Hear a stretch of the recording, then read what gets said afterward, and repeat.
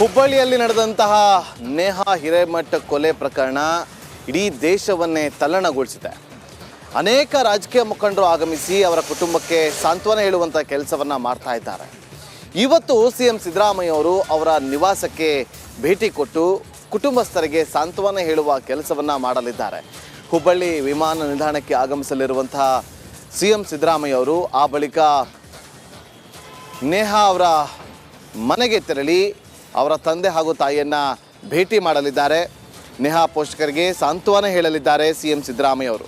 ಭಾರೀ ಚರ್ಚೆಗೆ ಗ್ರಾಸವಾಗಿರುವಂಥ ನೇಹಾ ಹತ್ಯೆ ಪ್ರಕರಣ CID ಈಗ ತನಿಖೆಯನ್ನು ಕೈಗೆತ್ತಿಕೊಂಡು ತನಿಖೆಯನ್ನು ಚುರುಕುಗೊಳಿಸಿದೆ. ನೆನ್ನೆ ಇಡೀ ದಿನ BVB ಕಾಲೇಜಿನಲ್ಲಿ ಆರೋಪಿ ಫಯಾಜ್ನನ್ನು ಕರೆದುಕೊಂಡು ಬಂದು ಸ್ಥಳ ಮಹಜರನ್ನು ಮಾಡಿದರು. ಹೇಗಾಯಿತು ಘಟನೆ, ಎಲ್ಲಿ ಅವಿತು ಕೂತ್ಕೊಂಡಿದ್ದ, ಎಷ್ಟೊತ್ತು ಕಾದಿದ್ದ, ನೇಹಾ ಎಲ್ಲಿಂದ ಬರ್ತಾಳೆ ಅಂತ ಗೊತ್ತಾಗಿದ್ದು ಹೇಗೆ, ಬರ್ತಾ ಇದ್ದಂತೆ ಆತ ಏನೆಲ್ಲ ಮಾಡಿದ್ದ, ಆತ ಅಲ್ಲಿಂದ ಎಲ್ಲಿಗೆ ಎಸ್ಕೇಪ್ ಆಗಿದ್ದ, ಈ ಎಲ್ಲ ಮಾಹಿತಿಗಳನ್ನು ಆತನಿಂದ ಕಲೆ ಹಾಕಿ ಸ್ಥಳ ಮಹಾಜರನ್ನು ಕೂಡ ಮಾಡಲಾಗಿದೆ.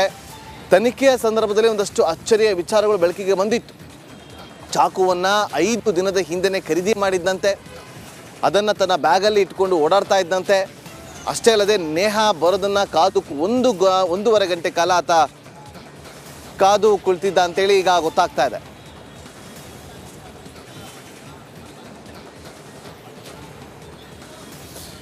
ನಿನ್ನೆ ಕುಟುಂಬಸ್ಥರನ್ನು ಭೇಟಿ ಮಾಡಿದಂತಹ ನಟ ಭುವನ್ ಹಾಗೂ ಹರ್ಷಿಕಾ ಪಣಚ್ ಅವರು ಕುಟುಂಬಸ್ಥರ ಜೊತೆ ಕೆಲ ಕಾಲ ಮಾತುಕತೆಯನ್ನು ನಡೆಸಿ ಹೋಗಿದ್ರು. ಈಗ ನಮ್ಮೊಂದಿಗೆ ಅವರು ಜಾಯ್ನ್ ಆಗಿದ್ದಾರೆ.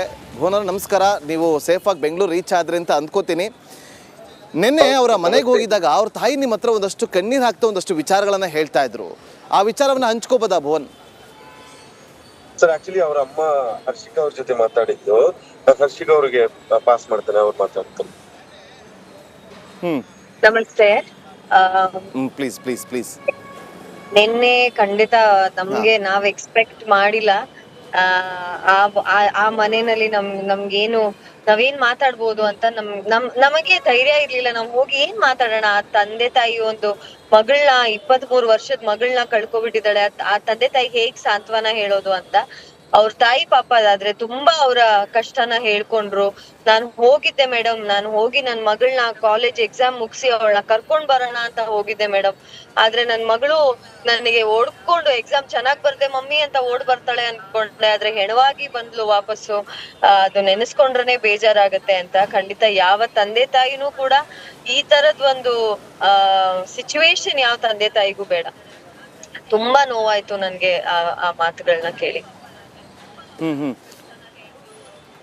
ಏನು ಹರ್ಷಿಕಾ ಪಣಚ್ ಅವರು ಏನು ಅನ್ನಿಸ್ತು ನಿಮಗೆ? ನೀವೊಬ್ಬರು ಮಹಿಳೆಯಾಗಿ ಒಬ್ಬರು ಸಮಾಜದಲ್ಲಿ ನೀವು ಗುರುತಿಸ್ಕೊಂಡಿರುವಂಥ ಹಿನ್ನೆಲೆಯಿಂದ ನಾನು ಕೇಳ್ತಾ ಇದ್ದೀನಿ, ಏನು ಅನ್ನಿಸ್ತು ಈ ಒಂದು ಪ್ರಕರಣ? ಅವರ ಕುಟುಂಬಸ್ಥರ ಜೊತೆ ನೀವು ಮಾತಾಡಿದ ಬಳಿಕ ಏನು ಸಂದೇಶ ಕೊಡೋದು ಬಯಸ್ತೀರಿ? ನಾನ್ ಹೇಳೋದಿಷ್ಟೇ, ದಯವಿಟ್ಟು ಒಂದು ಆ ಹುಡುಗನ್ಗೆ ಶಿಕ್ಷೆ ಆಗ್ಲೇಬೇಕು. ಯಾಕಂದ್ರೆ sir, it is not right. ಏನಂದ್ರೆ ನೀನು ಹೊಡಿತ್ಯ ಅಂತ ಹೇಳಿದ್ರೇನೆ ತಪ್ಪು, ನೀನ್ ಬೈತ್ಯ ಅವಾಚ್ಯ ಶಬ್ದಗಳಿಂದ ನಿಂದನೆ ಮಾಡ್ತ ಅಂದ್ರೇನೆ ತಪ್ಪು. ಅಂತದ್ರಲ್ಲಿ ಅವನು ಅಷ್ಟು ಸತಿ ಚುಚ್ಚಿ ಸಾಯಿಸಿದಾನೆ ಅಂತ ಹೇಳಿದ್ರೆ ಅವನ ಮನಸ್ಥಿತಿ ಏನು, ಅವನು ಏನನ್ನ ತಲೆಯಲ್ಲಿ ತುಂಬಿಸ್ಕೊಂಡ್ ಬಂದಿದ್ದಾನೆ. ಮತ್ತೆ ಆ ತರದ ವಿಷಯಗಳನ್ನ ಖಂಡಿತ ಸಹಿಸ್ಬಾರ್ದು. ನಾವ್ ಯಾರು ಅದನ್ನ ಸುಮ್ನೆ ಬಿಡ್ಬಾರ್ದು. ತುಂಬಾ ಬೇಜಾರಾಗುತ್ತೆ. ಯಾಕಂದ್ರೆ ಅವ್ರ ತಾಯಿ ಅದೇ ಹೇಳೋದು, ನನ್ನ ಮಗಳಿಗೆ ಒಂದ್ಸತಿ ಅವ್ನ್ ಚುಚ್ಚಿ ಯಾರಾದ್ರೂ ಬ್ಯಾಗ್ ಎಸೆದ್ ಬಿಟ್ಟಿದ್ರು, ಅವ್ರ ಪಾಪ ಅವ್ರು ಏನೇನೋ ಯೋಚನೆ ಮಾಡ್ಕೊಂತ ಇದಾರೆ. ಅವ್ರು ಯಾರಾದ್ರೂ ಮಕ್ಳು ಅವನ ಮೇಲೆ ಬ್ಯಾಗ್ ಎಸೆದ್ ಬಿಟ್ಟಿದ್ರು ನನ್ ಮಗಳು ಉಳ್ಕೊಂತಿದ್ಲು ಅನ್ಸುತ್ತೆ. ಒಂದು ಚುಚ್ಚಿಗೆ ನಾನು ಕರ್ಕೊಂಡ್ ಹೋಗಿ ಹಾಸ್ಪಿಟ್ಲಿಗೆ ಕರ್ಕೊಂಡ್ ಹೋಗ್ಬಿಡ್ತಾ ಇದ್ದೆ ಅಂತ. ಅದು ನಾವೀಗ ಎಕ್ಸ್ಪ್ಲೇನ್ ಮಾಡಕ್ ಆಗಲ್ಲ. ಏನೇನೆಲ್ಲ ಅವ್ರು ಯೋಚನೆ ಮಾಡ್ತಾನೆ, ಹೆಂಗ್ ಉಳಿಸ್ಕೋಬಹುದಿತ್ತು ನನ್ ಮಗಳನ್ನ ಅಂತ ಎಲ್ಲ ಯೋಚನೆ ಮಾಡ್ತಾ ಇದಾರೆ. ಸರಿ ಇಲ್ಲ, ನಿಜವಾಗ್ಲು ಏನ್ ಆಗಿದೆಯಲ್ಲ ಅದು ಖಂಡಿತ ಸರಿ ಇಲ್ಲ. ಬಟ್ ಎಲ್ಲ ಕೊಟ್ಟಿದ್ದಾರೆ, ವಿಚಾರಣೆಗಳಾಗ್ತಾ ಇದೆ ಅಂತ ನಮಗ್ ಗೊತ್ತಾಗ್ತಾ ಇದೆ. ಸೊ ಖಂಡಿತ ಆ ಹುಡುಗಿಗೆ ನ್ಯಾಯ ಸಿಗ್ಬೇಕು, ಆ ತಂದೆ ತಾಯಿಗೆ ನ್ಯಾಯ ಸಿಗ್ಬೇಕು.